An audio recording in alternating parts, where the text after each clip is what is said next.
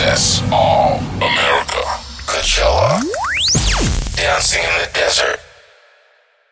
Cool. Father John Misty, Hello. you are looking ever so chilled. Thank you. Your listeners have no idea. No, well, why don't we set the scene for a start? Here we are backstage at Coachella. Yeah, in my private trailer compound. Okay, let's go with that, yeah. My father actually owns the Empire Polo grounds that we're on, so I'm accustomed to a level of luxury here that might shock some. Right, okay. Yeah. You're about to go on stage, well, not about to, a couple of hours until you go on stage. This is the second weekend of Coachella. How was the first? It was kind of a blur. Yeah, in a good way? Yeah.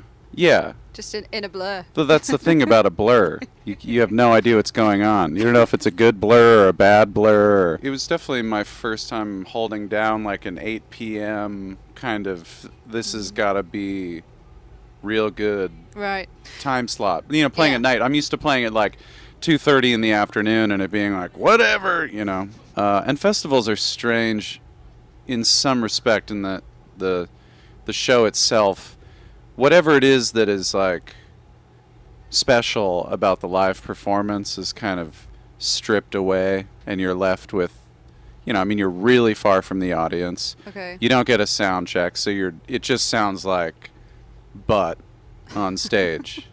You know, I think the sound system here is pretty darn impressive. It sounds great in the audience. UK festivals, then. Right. No, it sounds great in the audience, but up on stage, you know. Yeah. Well, this is my first Coachella, and we've just got here for this weekend. And I do believe that the slot that you have, this sort of 8 o'clock slot, is like the slot to do at Coachella because it's, you know, perfect time, sun setting, sort of, well, just before the sun sets, and it's just beautiful, not too hot and sticky. Right. It's the one. Yeah. Yeah.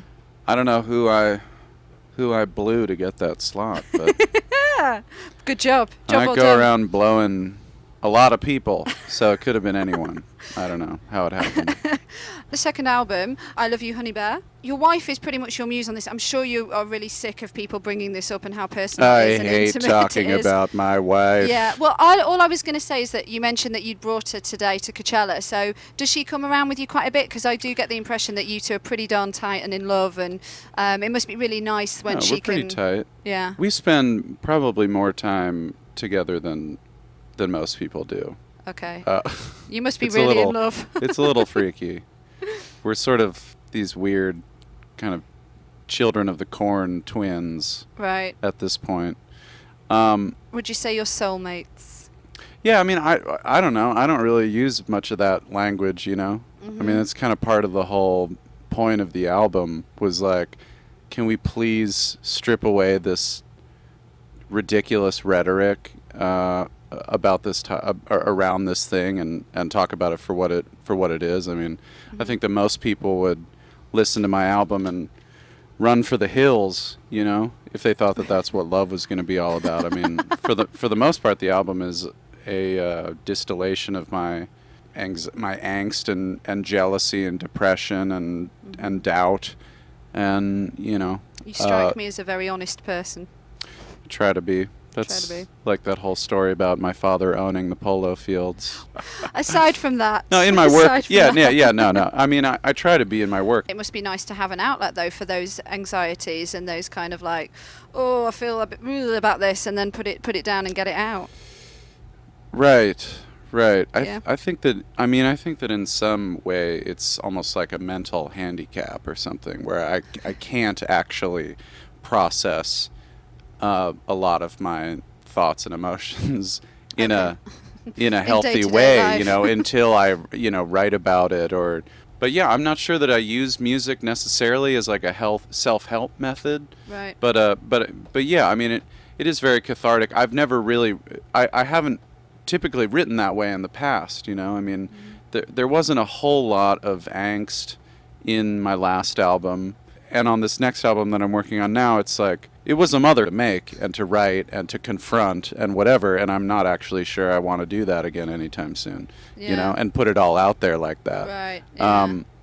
But it's happening before you even know it, you know, for the most part. Mm-hmm. You know, there's no rational basis on which this stuff gets written and recorded and all that. You're going to move back to LA. You live currently in New Orleans. Well, I guess when you're not touring. I think there was a stint in Seattle. Was it for a while? I lived in Seattle from ages 21 to 29. Right, and you're from Baltimore? Maryland. Right. So why are you moving back to LA? What's so brilliant about LA for you, and musically, because obviously it's a place where a lot of musicians camp up and stuff, so what is it that has brought you back? I don't really have any like particularly inspired answer for this, but just pragmatically, like everybody I know that I work with is there, and Emma and I just wanted to go drop out for a year, just go to New Orleans where we don't know anyone, and just kind of drop out. I needed to reestablish some kind of internal equilibrium that had kind of gotten knocked off its axis the last tour cycle, just like try to achieve some balance. It's not a bad place from what I've seen of it to live, that's for sure. Yeah, I mean, honestly, I'm not much of an ambassador.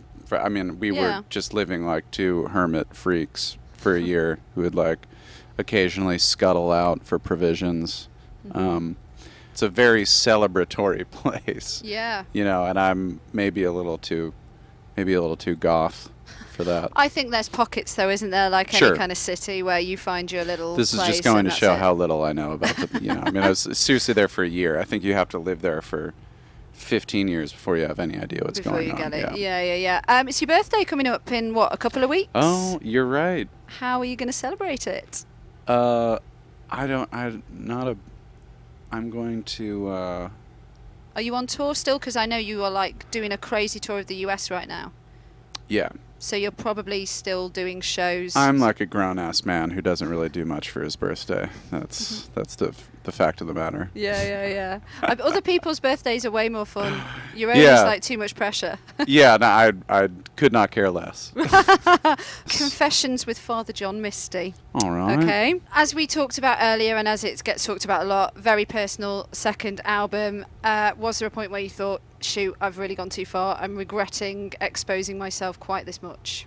Yeah, there was. I was in Seattle mixing the record, and a few people were kind of coming by to hear it for the first time. No one had really heard it at all, and just some of my friends were, and people with expectations, label people were dropping in and out of the studio, and I was smoking a ton of weed and chain smoking and drinking tons of coffee and just really, it's kind of lost in it. Whacking getting gacked, and I went into the bathroom after we had played the album, like once through, and I stood in the mirror, and I was like, "You're a fraud.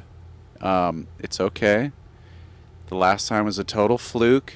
Everyone's gonna know the truth now, and it's over. But you had a good ride, old boy. Oh, God. You did good, man. You did good. But look, now it's over, and you need to start coming to terms with that. How are you? I think just like completely convinced that I had made a horrible mistake. Well, this kind of leads me into the next one, which is because I believe you had this kind of thought after you left Fleet Foxes that it was like, what do I do now? I'm going to have to like get some sort of like regular job. Do you miss being in Fleet Foxes? I don't. Do you keep in touch with any of the band? Sure, yeah. Yeah? Yeah. Okay, cool. Have you ever pulled a sickie on a show? Yeah. Oh no, she did end. You mean where I just canceled a show? Yeah. Spill. Yeah. Come on. This is your this confessions. was a few years ago. I won't specify the city or let's anything. Not specify. But there was like it was either like, okay, there is one more show left in the tour. Like right now, we're 4 hours from home and the end of the tour. The final show of the tour is 16 hours south, and will require going down there and then a 2-day bus trip back to get to where we are. This is 3 hours from now. This has got to be in the States and somewhere. And it was just like, I can't do it. I gotta go home. I can't. can't handle this anymore, and I really don't like that place that we're supposed to go to anyway. I suppose I should But- ask what you said was wrong with you, because it might give the game away. I think it was like canine death in the family or something. I think there's been two of them. You've done it. You've done it more than once. Done it more than once. There's one city in the U.S. that I have like, it's like now been like 3 times that a show has I either couldn't do because I just couldn't do it, or it got canceled like at the last minute for some weird reason or whatever. It's in Ohio, and one day I'm gonna give the people of that town a show they will never forget. I will make up for everything I've put them through with the most opulent, intimate spectacle There you go. People they've ever in Ohio. experienced. Yeah. What would you do over from your life if you could do something over? Oh, interesting. I would have died 5 years ago, so I could have just sold a ton of records. Okay.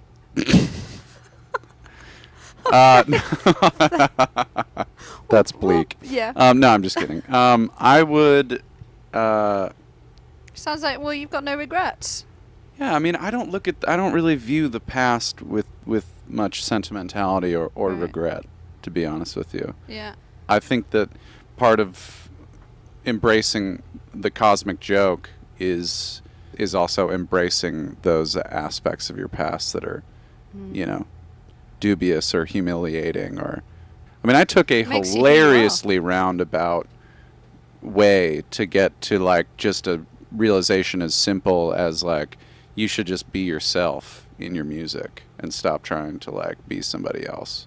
But it took me, a really crazy, hilarious, foolhardy route to get to really realize that for myself. Right. Father John Misty, thank you so much for your honesty. I could talk to you all day. Yeah? What a guy.